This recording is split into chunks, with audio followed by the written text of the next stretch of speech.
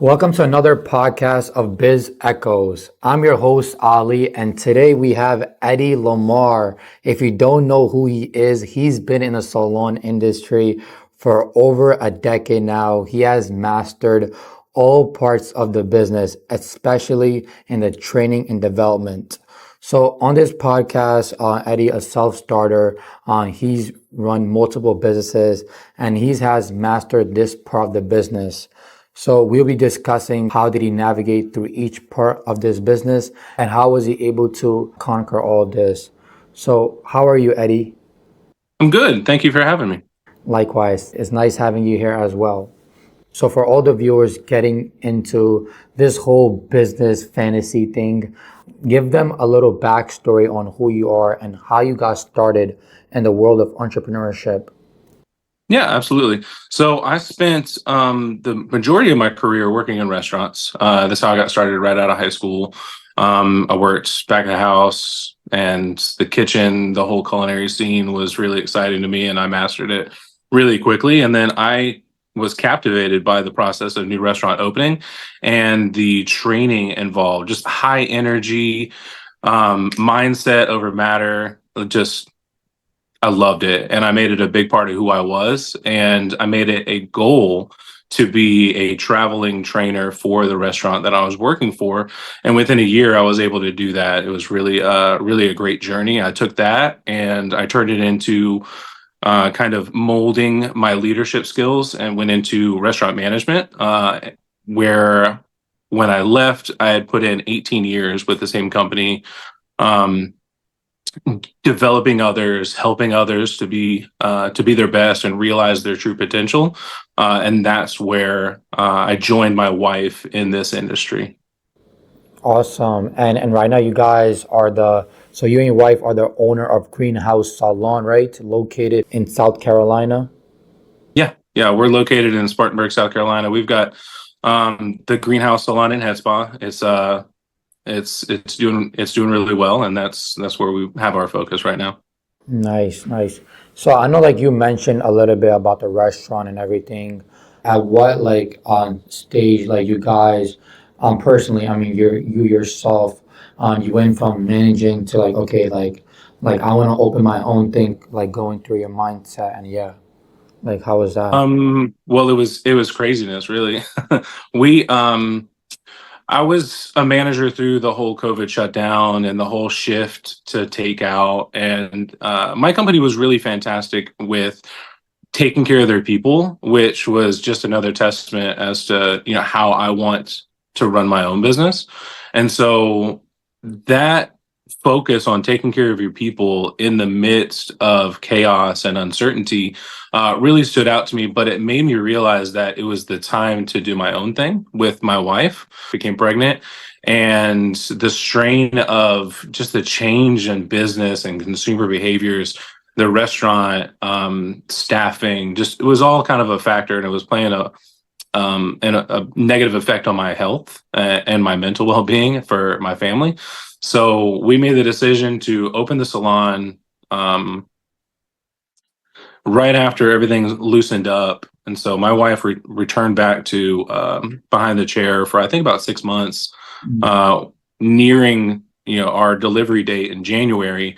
And that whole time, the whole shutdown, the return, all that whole time, we were devising our business plan, and we were kind of looking at what was possible. We looked for lending to have our own, like to purchase our own property, to launch our business that way. And when things didn't really pan out, we kind of pivoted a little bit and we went to a storefront. We found a storefront that suited our needs. It was a salon before us, and Mm. we were able to get the keys to the salon with a 2-week old baby. And that's how we started our whole entrepreneur journey with the salon, with a newborn at home, trying to navigate, a new child, new, just everything new and layered and more difficult, but it was all beautiful at the same time, just the way that it all came together.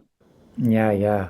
I mean during COVID, so like you pretty much you entered during it was you said it was during COVID, right? Yeah, so it was the tail end. So in March of 2020, everything shut down. And then I think in our state, salons were closed down for 8, maybe 10 or 12 weeks. I want to say around there. So right around 2.5, maybe 3 months. And so during that time period, my hours at work shifted, just because like it fell on us as the salary managers to make sure that things stayed afloat. And we had a skeleton crew of team members that we kept working and allowed them to continue to earn good. So during that time period, that's where we were. And then when things opened back up, it was a whole new set of challenges. I mean, everyone went through it. When all the businesses opened back up, it's like, well, now need to get people to come back to work. Yeah. And we fared a lot better than other restaurants that were within our group, but it was still difficult nonetheless. And my wife returning back to behind the chair, working through a mask, and the do's and don'ts, and the protocols that were required in order to have a safe and healthy environment for clients and for her as well. We went through all that, near the tail end of 2020, and then by the time January 2021 came around, we were welcoming a new life, and we had already had our business plan laid out. So all that chaos and hectic, change of schedule, change of expectations, change of sanitation, and the world became aware of public health. And so during all of that, we were building our business plan and trying to figure out what we could do in order to launch our dream business.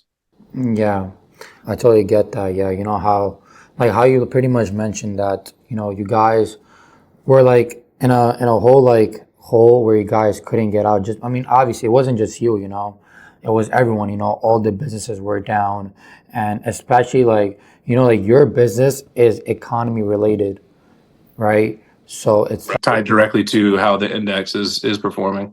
yeah, exactly. So like if everything is shut in the world, who cares about the hair, Uh, Right. so so yeah, it was hit the most, and I'm glad, you guys pivoted, you guys found a strategy to kind of like find your way to actually kind of scale up now.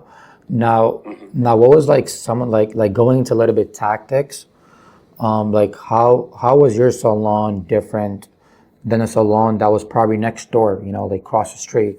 Like what was something that they were doing that you guys weren't doing, or vice versa?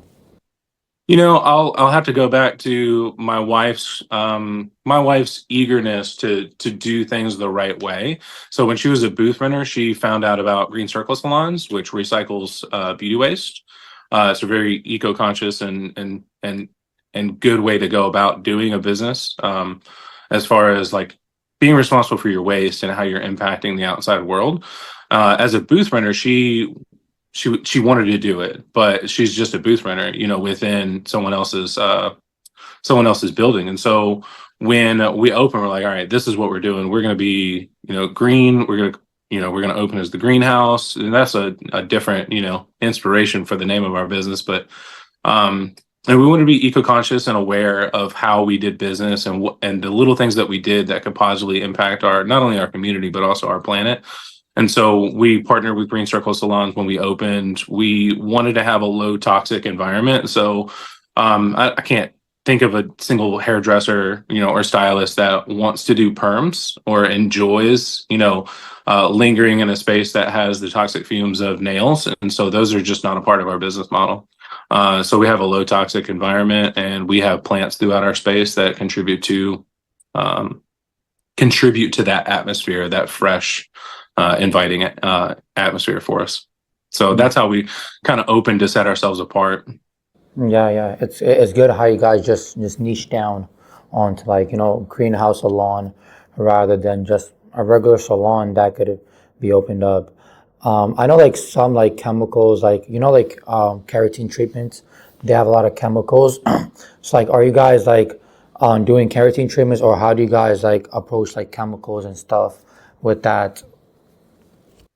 So we don't do keratin treatments. I think that the most noxious service that we have is the Brazilian blowout. And even when you do it properly, it's not that bad. And so you have a lot of heat. I mean, we're 3 years removed from opening, and the that service in itself, the straightening and texture services, are coming under fire because of what they put off. But it's not a huge part of our business, the texture treatment, and we're actually we're trying out some alternatives. I've been looking into alternatives to the Brazilian blowout system in itself, and when performance comes into play, if that's the service that people are looking for, the texture services, it's not a straightening service, but to helping with the texture of their hair, we're open and we're actively looking for alternatives that perform just as well. But if you do the right things with, let's say, Brazilian blowout as an example, it's not that toxic. I have a sensor. It's actually, it works with Alexa, and Wow. it can tell me the parts per million of contaminants that are in the air within the space. And so I can see temperature, I can see oxygen levels, I can see parts per million for contaminants that are in the air. And when a Brazilian blowout service is done, it registers it, but it quickly fades away with our HVAC system. Oh wow. Wow. That's dope. I probably need one of those things as well, That's like just seeing like oxygen and all of that and all the chemicals. I didn't know there was a thing out there like this, Yeah, honestly. yeah. I was curious. I was like, I want to make sure that we're doing, we're holding true to our low toxic environment.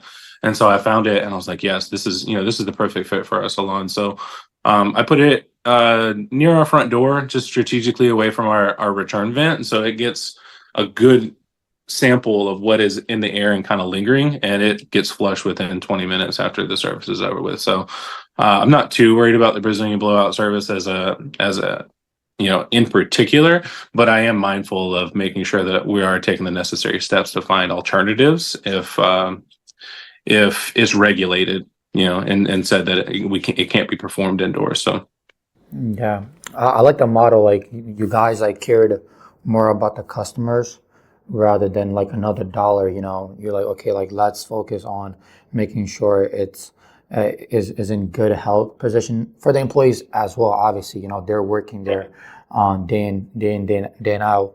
So it's good that you guys focus on a strategy where it's more of a long term. Like people like now, I seen sometimes like online or on news. It's not good to have like the environment you're in. It needs to be like really like, how you say, not too much chemicals around you. And it gets you unconscious on, that's a big no-no.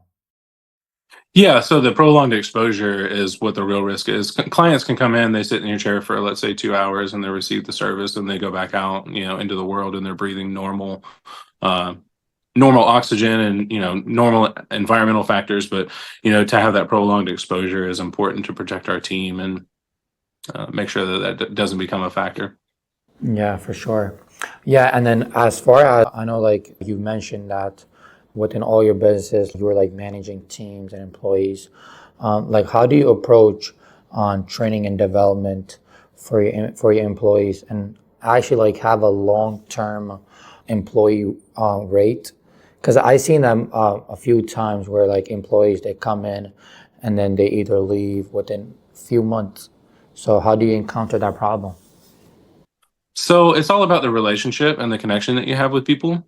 So if you put their needs above your business's needs, and I think that that's the root cause of what the issue with cultural problems in businesses start, is when you as a business leader, or me as a business leader, I'm looking at what the business needs as opposed to what's going to add value to the business and how can I bring value to this person's life. A lot of times people are looking for just the perfect fit. They want fair compensation. They want an environment that they can grow and that challenges them. But they also, I mean, hush hush, they want to be held accountable too. So that's crucial conversations of saying, I'm seeing this, but I really need to be seeing this. People might not enjoy those conversations because they want to think that they're perfect. But deep down, people really just want to know what's going to get them from where they are to where they want to go. So those honest and crucial conversations are super important, and just being fair with it and saying, if I wouldn't want to do this, why would I ask my people to do it? And having that heart of servant leadership is crucial to long-term success with people. It's all about the relationship. When you make their needs important, then they make your business needs important to them.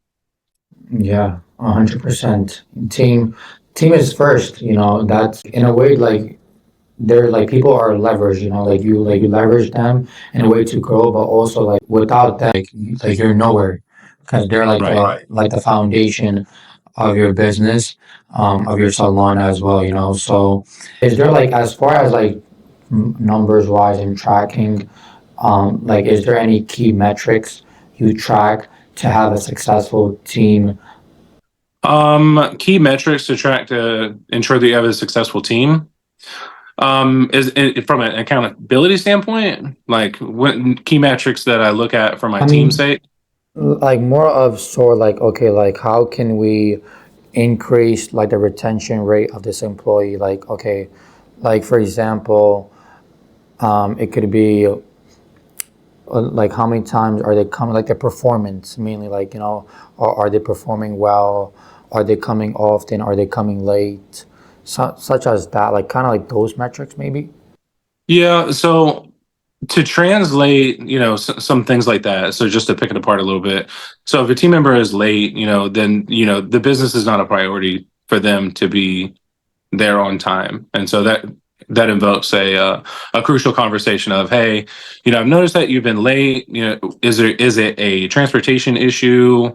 Is it a willingness to be here on time? Like, let's talk about your priorities a little bit, because we've outlined that the client experience comes first, and when you show up and they're sitting in your chair already, you're not ready for them. So that then becomes an issue with business expectations. But just having crucial conversations in the moment when you see things that don't align with your expectations or the business's needs for that team member. So just having that in the moment crucial conversation, and I do it, lightheartedly, um, just just to get the point across, like, I'm noticing this, and then I'll have a follow up conversation later, and just kind of be like, this needs to be just addressed, in a verbal way.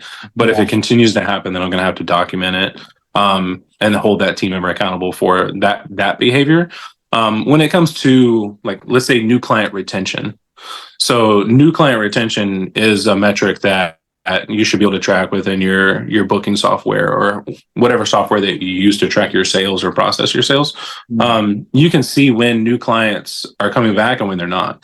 And if a team member has an issue with, let's say, the new client retention, is it consultation issue? Is it delivering on the results? You can kind of dive in and see what their tip percentages are, just to kind of gauge and see if they're appreciated by their clients. Yeah. You can look at that kind of stuff and kind of get a temperature gauge as far as how this team member is performing.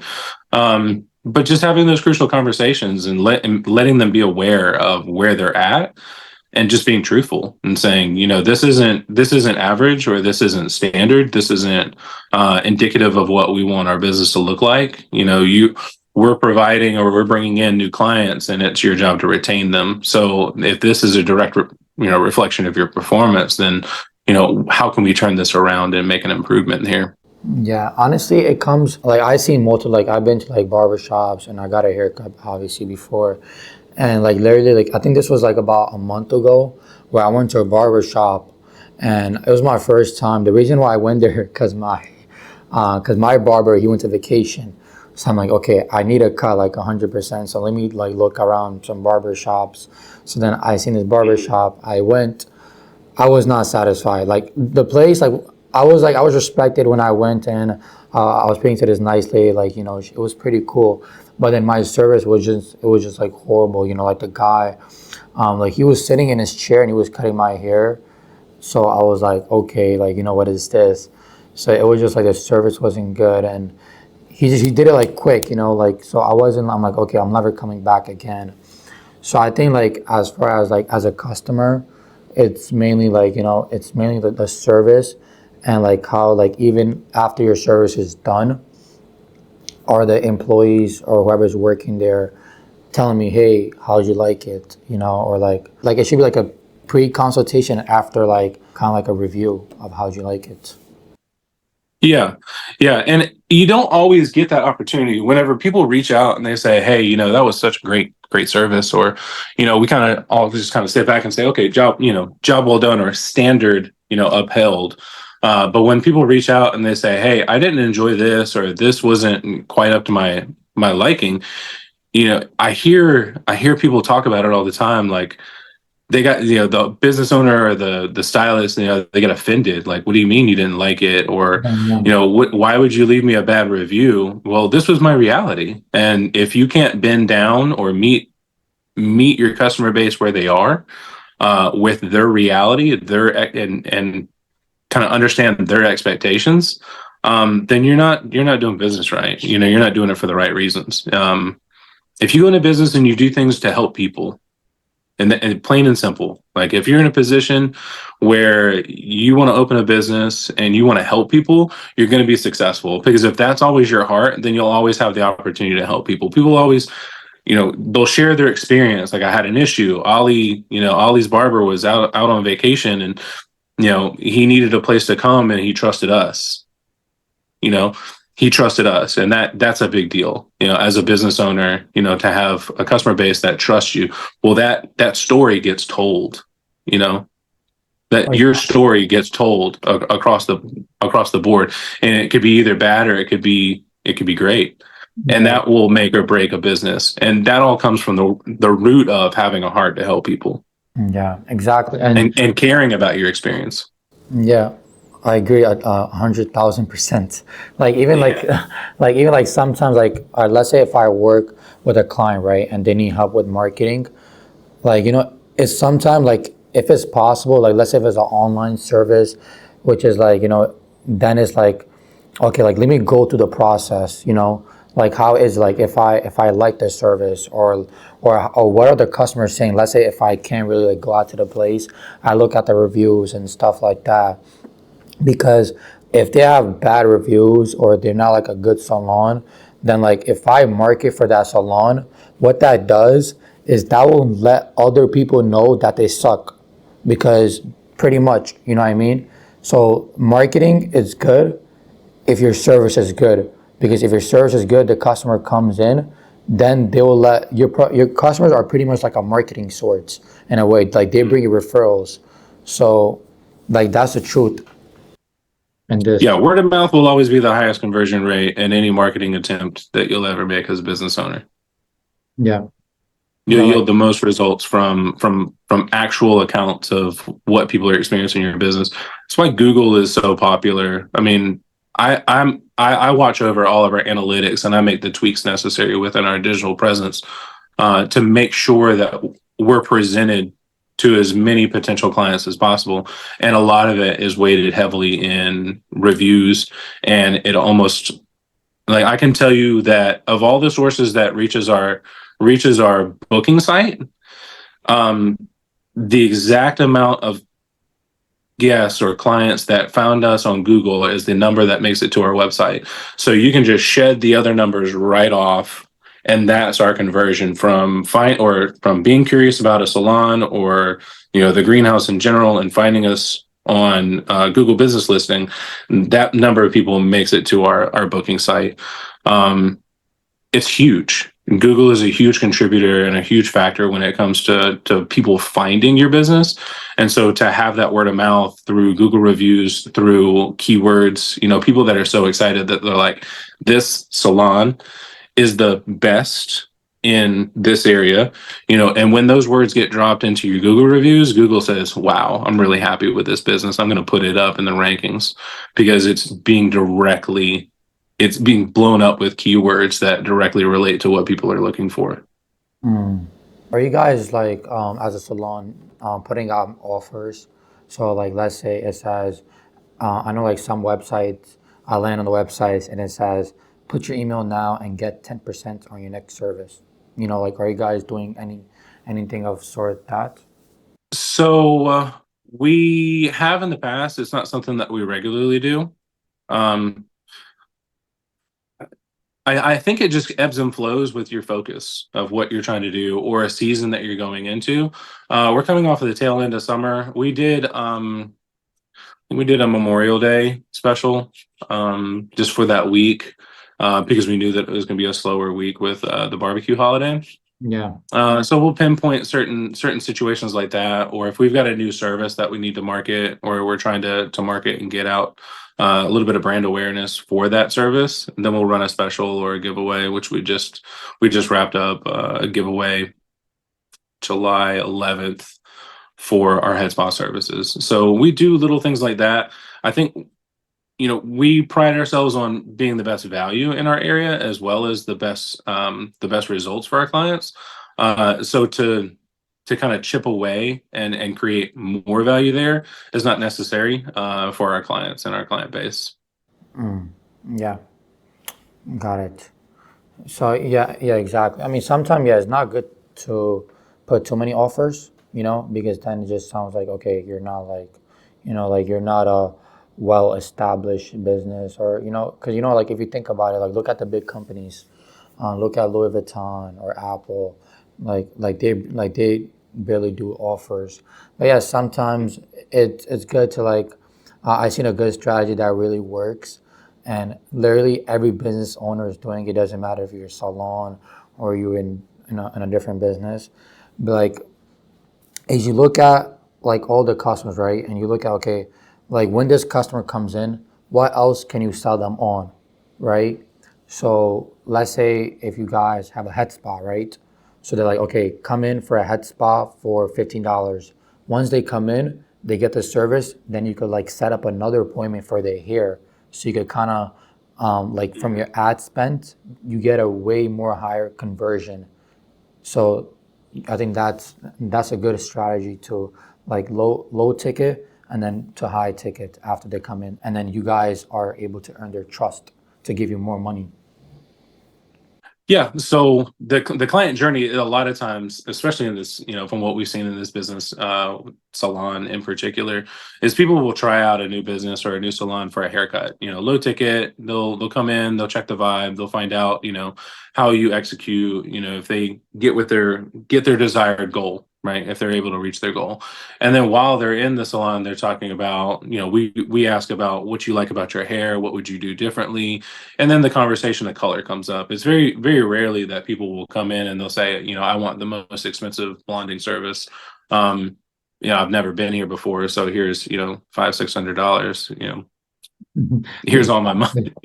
People when they come in and they want to know that they're making the right decision. A lot of people will test the waters with that low ticket item, but just to remain professional and say and approach a haircut the same way as you would a higher ticket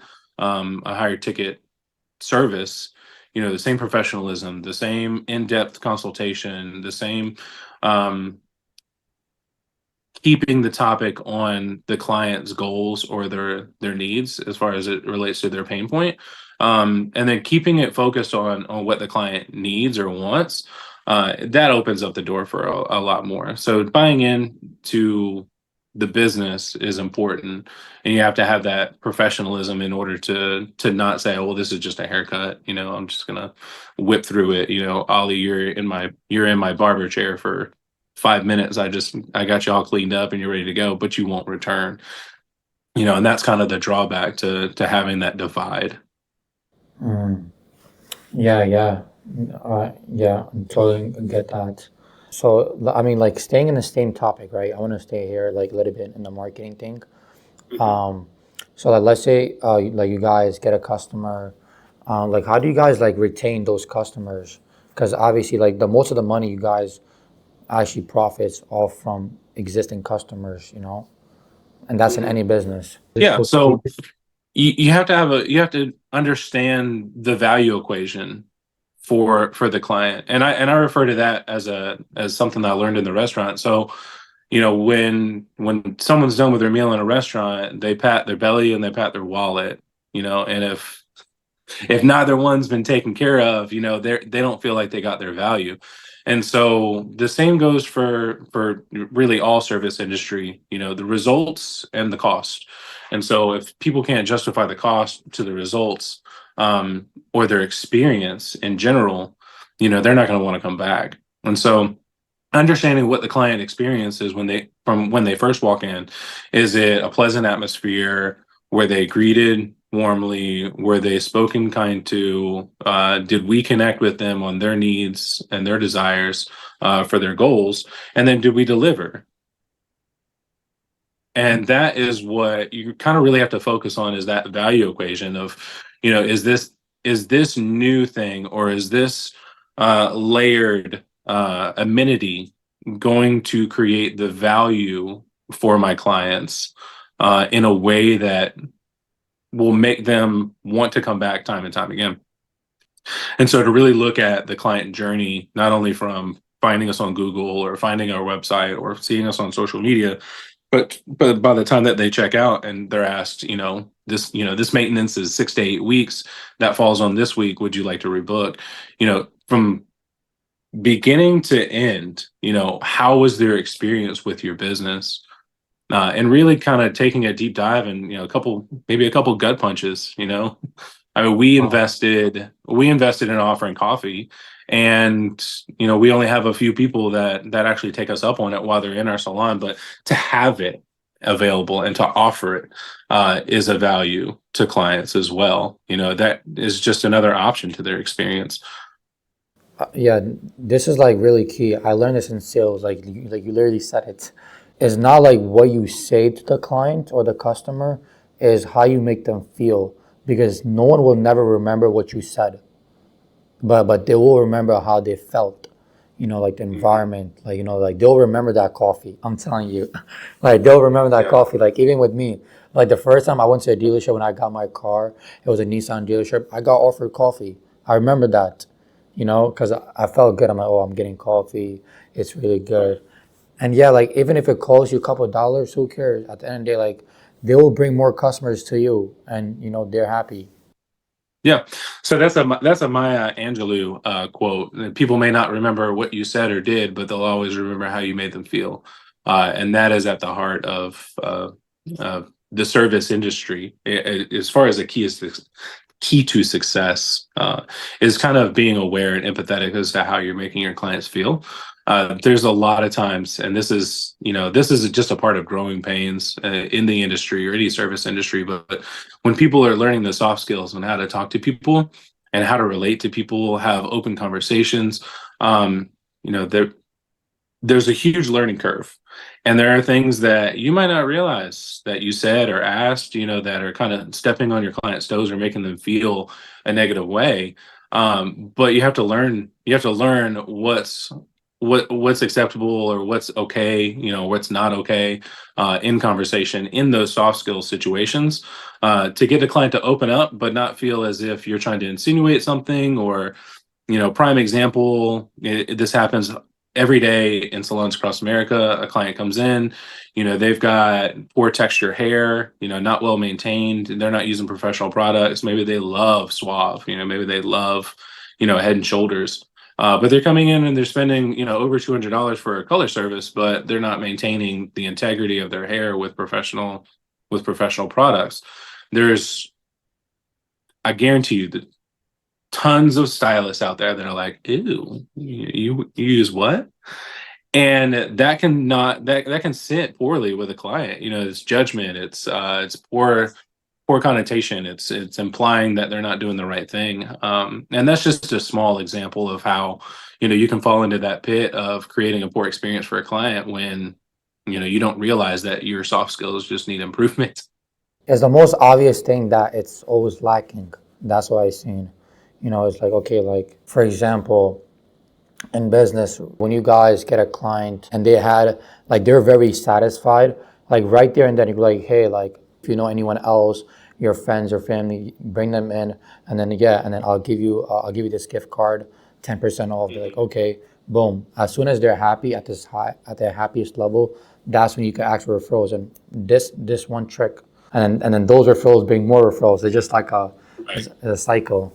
So it just keeps. I like to compare it. We have a referral program, and it's actually kind of aggressive. So, for every client that checks out within our booking system, the referring client gets $20 credited to their account.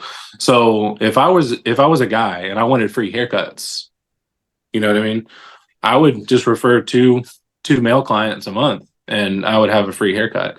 So if you can put it dollars to dollars and you can say, hey, if you have 5 friends that would really love our experience, have them come in and check out with us, and you can get over $100 off of your next service. Oh, wow. You put it No, into perspective like that, and people are like, wow, yeah, I know 5 people that would really enjoy coming here and getting services from your business. And I like I like getting free money. So, it's a great marketing tool, and no one's going to be your no one's going to be your biggest fan until they come in and they have a great experience. And those are the people that you want to replicate. And you're like, hey, you got 5 friends just like you, because we'd love to have them too. yeah. I have a group of friends, like in a circle. There's like at least like 10 of them. They all have the same barber, all of them, literally. And they all just go to him, and he's really exceptional at what he does, and like he just keeps getting referrals. Like imagine, like he doesn't have a referral program, but like if he implements just that, like whatever you guys are doing, then like he'll even take off. One more thing, for the referral program, the customer that comes in, will they get a discount as well, or only the person that refers them? Only the person that refers them. Okay, okay. Yeah. Yeah. And so we're working on a team effort right now. So we discussed a little bit just kind of how we implemented and how we've had slow growth. And we like it that way, so that we can encounter things that will make us better, and we can kind of really dive into it and say, is this a good fit for our business, and what are the positive effects of it? So anytime that we make a change, add a service, take away a service, make a price change, like, it's with heavy thought as to how it's going to affect the business, the team, and the clients. And so I looked at that as a triangle. So you want to make sure that, at least 2 out of the 3 are well taken care of with any decision in business. So you're always looking at, how is this going to affect the business? How is this going to affect the team? And how is this going to affect my clients? So we dive into almost everything in that same manner with our business, and any changes. And so we're looking into improving and upgrading the new client experience, whether it be, complimentary eyebrow wax, just putting them in front of a service that they normally wouldn't be getting. So we're looking at things like that to try to enhance that new client value perception for our business. But as far as discounting from being referred, we're not there yet. But we want to make sure that we take care of the people that are feeding into our business, and so that's where that referral program really kicks off. Yeah, it's a really strong referral program, and I know you mentioned that you guys are also like when they come in, and let's say if you know that hey like they need a treatment or a style within 6 weeks, maybe a couple months, then and you guys book that appointment on that same day when they come in for the initial appointment. Yeah, it's almost like it's almost a part of the consultation. So a really great sales technique is to sell dessert when you first greet the table. Kind of like that. So you get in front of this situation, you say, hey, look, you know, I think that your inspiration pick for this, for your look, it'll fit you to a T. I think that it's going to look wonderful. The maintenance on that is 6 to 8 weeks. So let's make sure that that maintenance is within your budget as well. And let's make sure that we get you booked for that maintenance appointment at the end of your service today, so that your look or your desired look from this service, it doesn't fall apart. Okay. Because that's what happens is people ignore their maintenance, and then they're like, oh, my hair faded so bad. But yeah, that happens if you don't get in front of it and say, this requires maintenance and this is what that looks like. So I would actually coach my team and say, when someone comes in and they want, let's say, chunky highlights, and the maintenance on a chunky highlight is going to be pretty consistent. It's going to be around 4 weeks, to get the blonde put back, up to the root. Whereas like a dimensional lived in color might take 10, 12 weeks for it to need a maintenance, and so you look at that in the calendar year, what's your budget for beauty for the year? I know as guys, we have, a minimal budget, because, we're not getting highlights and we're not doing all that on a regular basis. But, women, they have it built in, the girl math, I can afford this in my budget because of this, or what, how can I afford my beauty needs And what does that look like? Is it on a monthly basis? Is it on an annual basis?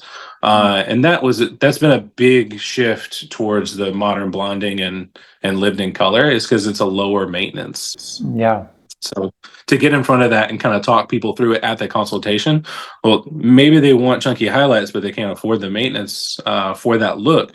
And so to kind of guide them in that consultation, it builds trust and it establishes that they're in it for a journey and maintaining their new look.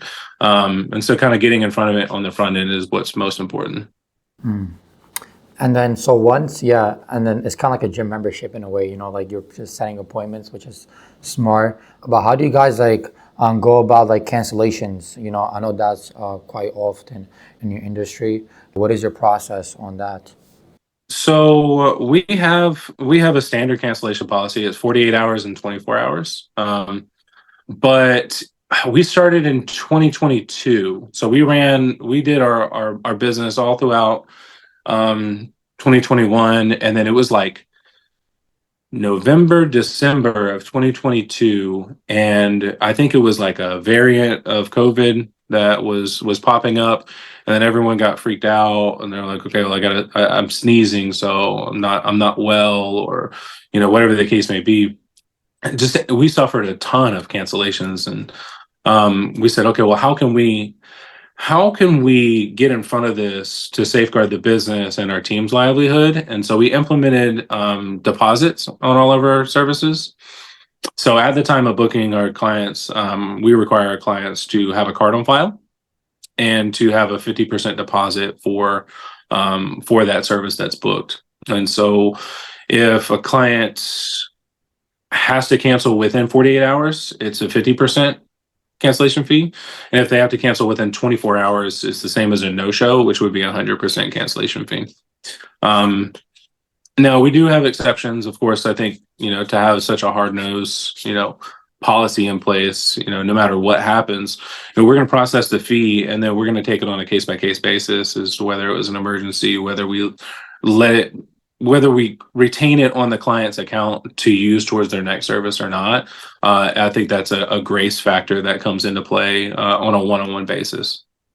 Yeah, I think that's smart. I think I never heard this strategy. I got like a light bulb in my, is like, even if, let's say, if they want to like cancel like before, well, you could say, hey, unfortunately we cannot cancel, but we could give you a credit for your deposit. So whatever they deposited, they have a credit for your salon. So they could only use Right. it for your salon. So now they have to come. Right. Yeah. Well, implementing the deposit and the card on file, I noticed an immediate drop. It was like night and day. We did it on January 1st. We're like, okay, this is what we're going to do, and this is when we're going to do it.